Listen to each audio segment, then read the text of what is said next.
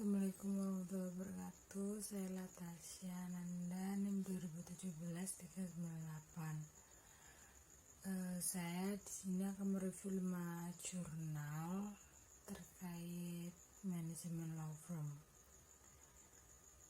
Video ini saya buat untuk memenuhi tugas manajemen law firm dari Bu Tino.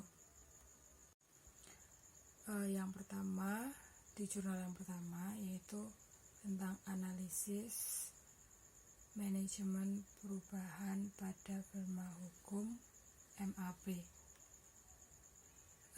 Di jurnal ini membahas mengenai manajemen perubahan, dimulai dari pengertian manajemen perubahannya, manfaat dari manajemen perubahannya, lalu kurva perubahannya, dan juga kunci kesuksesan untuk manajemen perubahan serta teori-teori manajemen perubahan dengan menggunakan teori-teori dari Lewin, Forenz, Kurt Lewin, Forenz Value Analysis, dan teori perubahan. Nah, setelah saya baca juga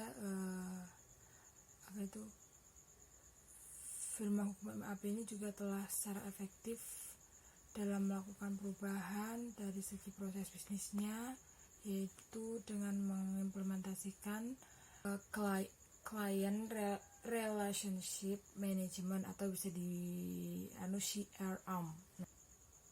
Peran managing partner sebagai pimpinan firma juga dinilai dari optimal karena mampu memfasilitasi serta memotivasi para advokat di dalam melaksanaan perubahannya.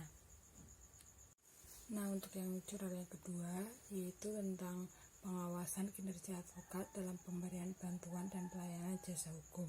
Yang kedua ini membahas tentang mengenai kinerja berdasarkan indikator kinerja yang dikenal dalam ilmu ekonomi dan pengawasan kinerja advokat dalam penegasan perkara pidana baik dari sisi hard skill atau soft skill. Ada juga mengenai kinerja advokat dalam pemberian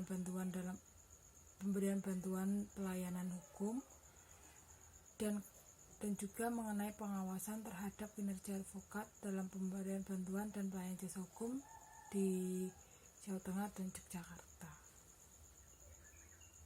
Lalu jurnal yang ketiga yaitu tentang pembuatan website kantor advokat, penasehat hukum, konsultan hukum Nyonya Erawati SHMH.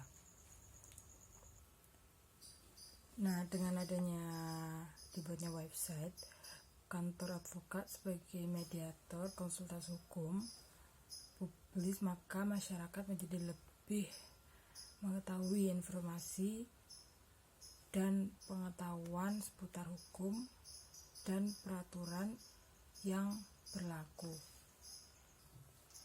Nah, untuk pihak kantor advokatnya sendiri, dengan dibuatnya website kantor advokat, pihak admin semakin mudah dan mempromosikan dan mengenal kantor kepada masyarakat melalui website. Nah, untuk jurnal keempat yaitu tentang implementasi manajemen Perhimpunan Advokat Indonesia dalam menyelenggarakan pendidikan khusus profesi advokat. Nah, di jurnal ini bisa dilihat bahwa peran advokat untuk menegakkan hukum harus memiliki 4 kriteria, yaitu kejujuran, sikap otentik, bertanggung jawab, dan memiliki kemandirian moral yang luhur. Nah, oleh karena itu advokat harus memiliki profesionalis hukum yang mementingkan kepentingan orang banyak. Lalu manajemen advokat dalam mencapai tujuan atau target yang telah ditetapkan meliputi perencanaan, pelaksanaan, kontrol, dan evaluasi dalam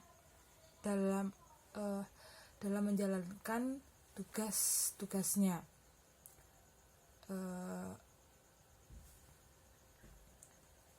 Bagaimanapun efektivitas manajemen dapat dicapai apabila seluruh fungsi manajemen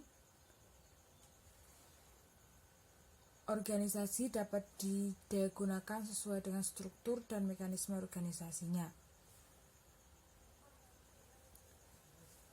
Dan juga dapat dilihat bahwa advokat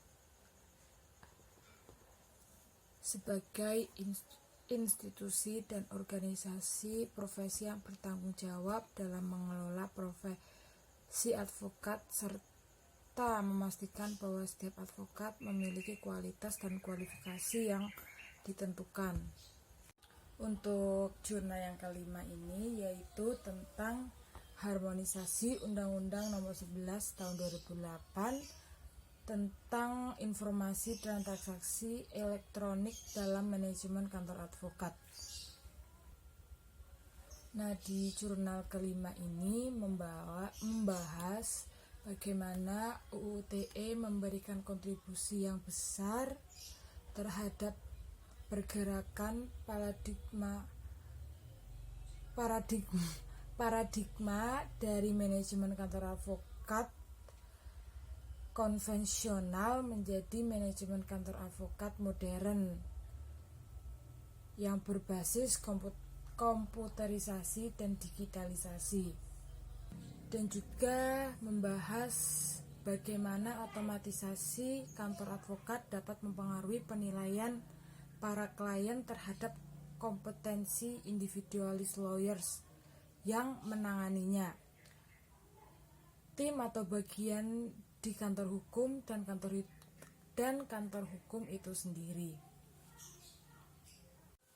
Nah, dan juga lawyers juga harus memiliki pengetahuan hukum, juga harus memiliki pengetahuan ilmu yang lain, yakni seperti ilmu ekonomi, sosiologi, psikologi, antropologi, dan juga ilmu yang terkait lainnya. Selain itu, faktor leadership, kemampuan interaksi, kepribadian menarik, kemampuan beradaptasi, dan kemampuan menguasai teknologi informasi, serta kemampuan berbahasa asing juga sangat penting di dalam mengukur kompetensi lawyers yang memadukan kemampuan manajerial dalam menentukan analisa SWOT, manajemen kantornya, kemampuan dan problem solving dan discussion making, serta kemampuan dalam human relation dan public relation. Sekian review jurnal dari saya. Apabila saya ada salah kata, salah review, mohon dimaafkan. Assalamualaikum warahmatullahi wabarakatuh.